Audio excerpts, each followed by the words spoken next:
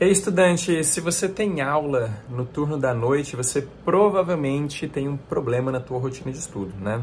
Então, nesse vídeo, eu queria te dar uma orientação para você poder aproveitar melhor, né, essas aulas que você tem na noite e converter isso da melhor forma possível em aprendizagem.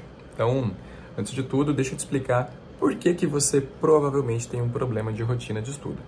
Se você tem aula de noite, provavelmente você não tem tanto tempo assim depois das aulas da noite para estudar o conteúdo da aula, né? E se você está por aqui, você já deve saber que existe um mantra aí, né?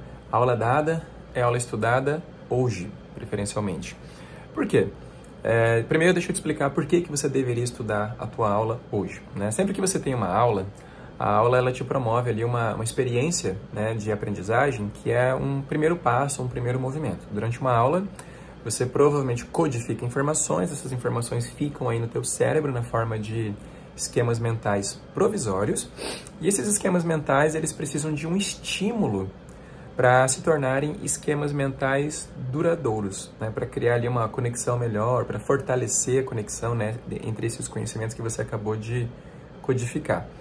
Então, depois de uma aula, seria interessante você estudar, né? O estudo, quando feito do jeito certo, ele gera esforço cognitivo. E esse esforço cognitivo é o estímulo que o teu cérebro precisa para consolidar as suas memórias. Então, quando você vai para uma aula, você está ali acionando a tua memória de curto prazo com esses esquemas mentais provisórios. Aí depois você estuda.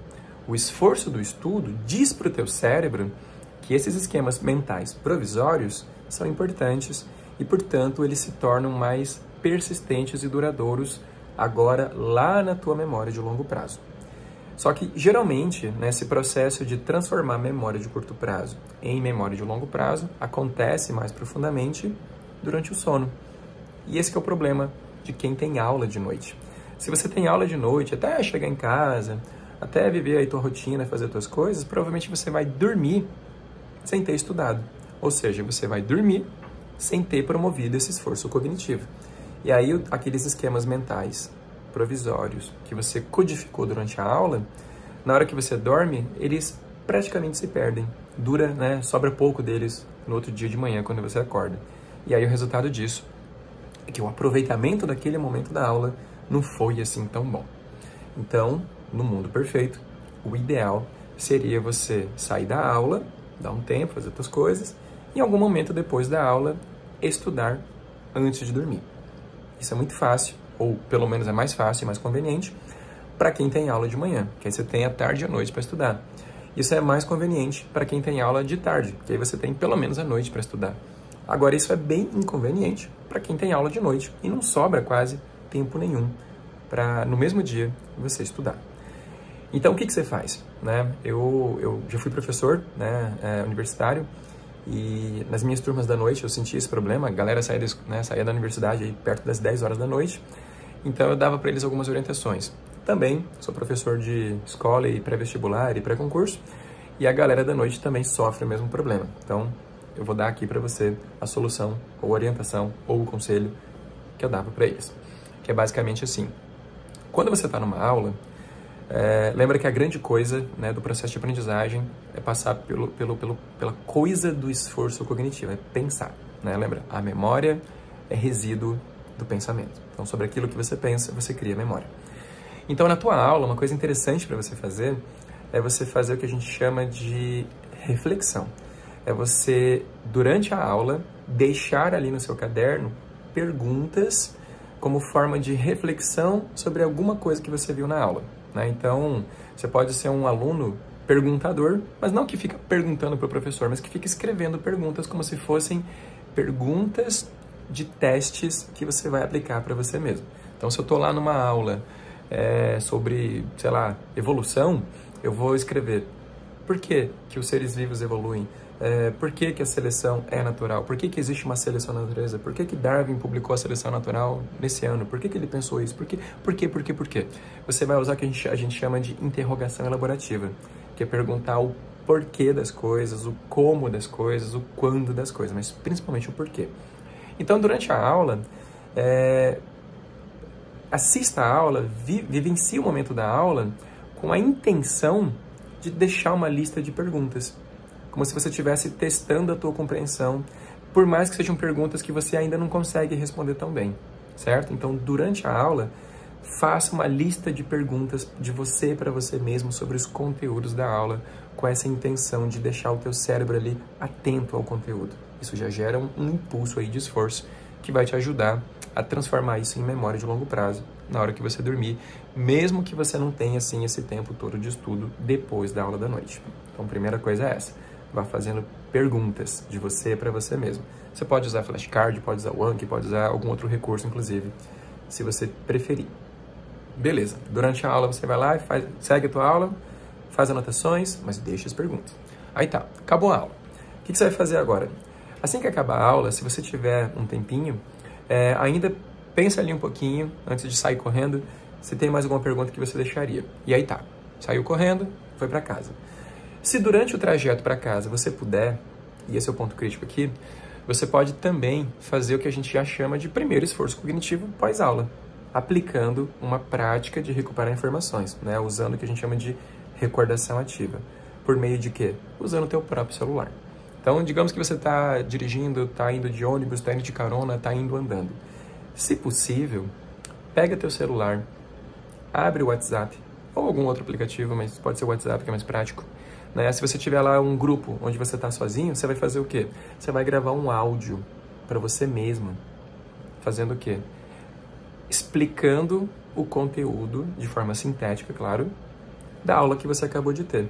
O simples fato de ter que expressar, de ter que externalizar o conteúdo de uma aula que você acabou de ter, já é por si só um grande esforço cognitivo. E se você fizer isso num áudio de 1 minuto ou 2, por exemplo, sendo sintético, a tentativa de sintetizar e resumir tudo isso num áudio curtinho é também por si só um esforço. Quando você tenta lembrar de cabeça, sem consulta, e lembra que esse áudio tem que ser sem consulta, tá? Quando você tenta lembrar de cabeça um conteúdo que você acabou de ver numa aula, você está usando o que a gente chama de recordação ativa. Você está tentando recuperar da tua memória uma informação que está por ali, né? E isso cria uma sensação de esforço, certo?